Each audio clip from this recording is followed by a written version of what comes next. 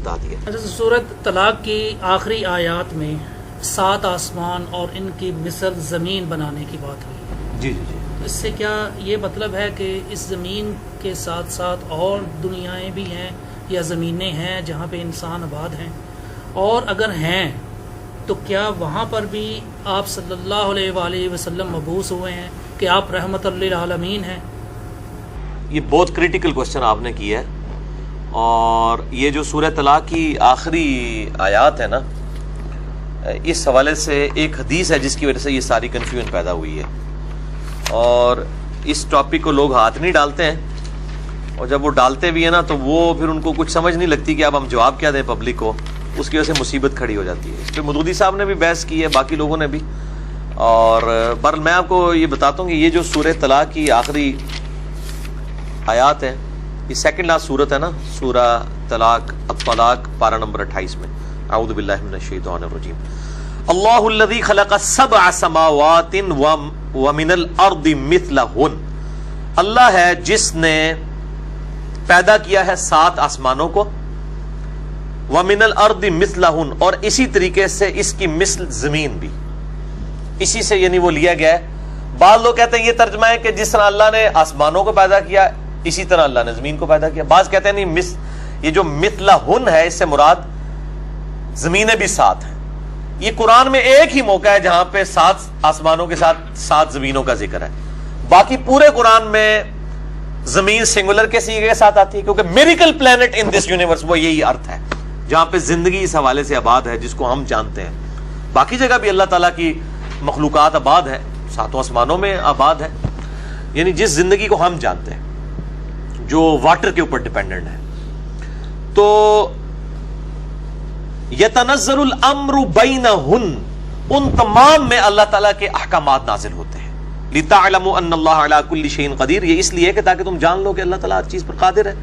وان اللہ قد احاط بکل شیء علما، اور بے شک اللہ تعالیٰ نے ہر چیز کو اپنے علم سے گھیرا ہوا ہے، احاطہ کیا ہے۔ یہاں تک بات ہوتی ہے نا تو کنفیوژن نہ کریٹ ہوتی۔ اصل میں اس کانٹیکسٹ میں ایک حدیث ہے المستدرک للحاکم میں، کتاب التفسیر چیپٹر ہے، سورہ طلاق کی تفسیر میں المستدرک للحاکم کے اندر اسی کانٹیکسٹ میں ایک حدیث موجود ہے ابن عباس سے، ان کا قول ہے، حدیث موقوف۔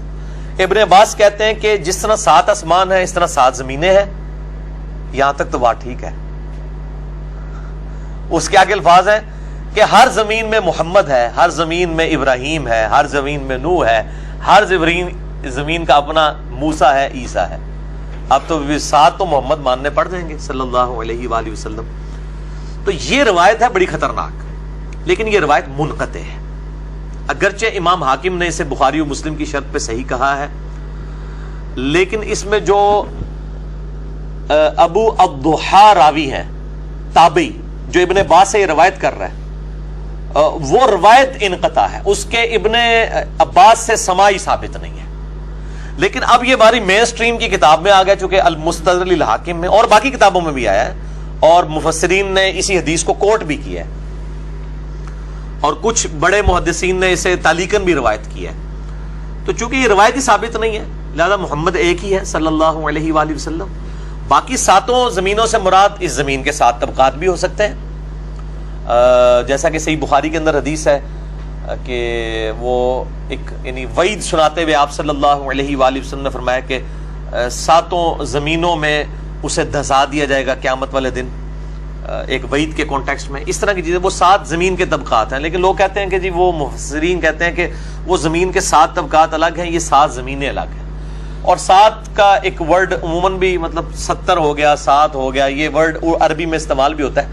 تو ہمیں کوئی نہیں، پلانٹس تو جناب بلینز کی تعداد میں، یعنی تقریباً 250 ارب گلیکسیز دریافت ہو چکی ہیں اس یونیورس میں، اور ہر گلیکسی میں 300 ارب سے زیادہ سورج ہیں، جن میں سے ایک سورج ہمارا ہی ہے ملکی وے میں۔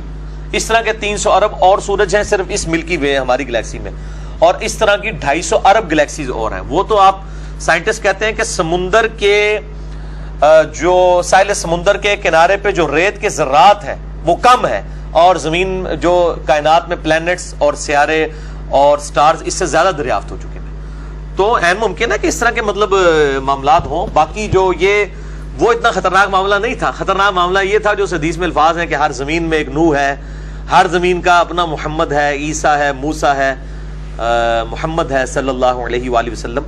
تو یہ ایسا نہیں ہے, محمد ایک ہی ہے الحمدللہ, اور وہ اسی روئے ارض پہ جو اللہ تعالیٰ کی کریشن کا کلائمیکس ہے. یہ کرۂ ارض از اے میریکل پلانٹ.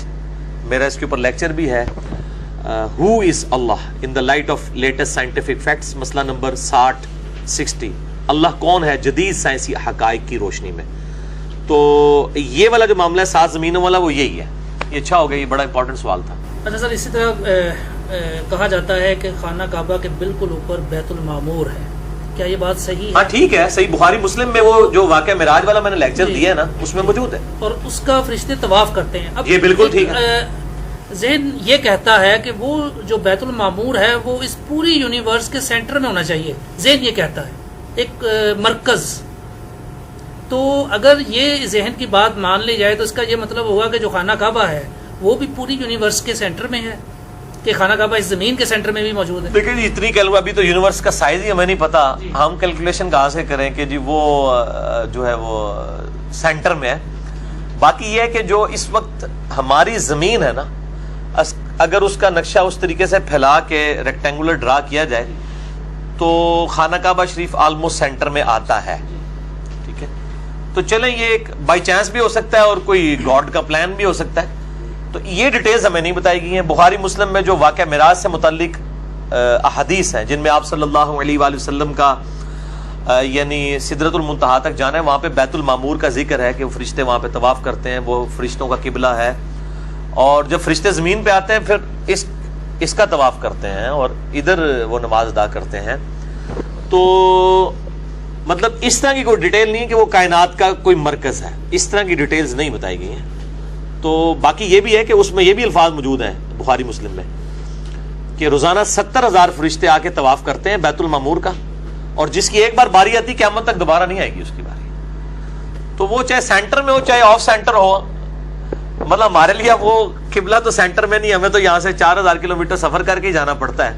ایک بار ہی زندگی میں جانا پڑے تو ان کے لیے تو امپورٹنٹ ہے جہاں سے مرضی. اور پھر فرشتوں کو پہنچنے کے لیے کوئی سینٹر میں ہونا یا کوئی ہٹ کے ہو, سڑک وہاں بنی ہو نہ بنی ہو, فرشتوں کے لیے تو کوئی مسئلہ نہیں ہے, وہ جہاں بھی ہو. اصل مقصد یہ ہے کہ ایک بتایا گیا کہ بیت المعمور ہے.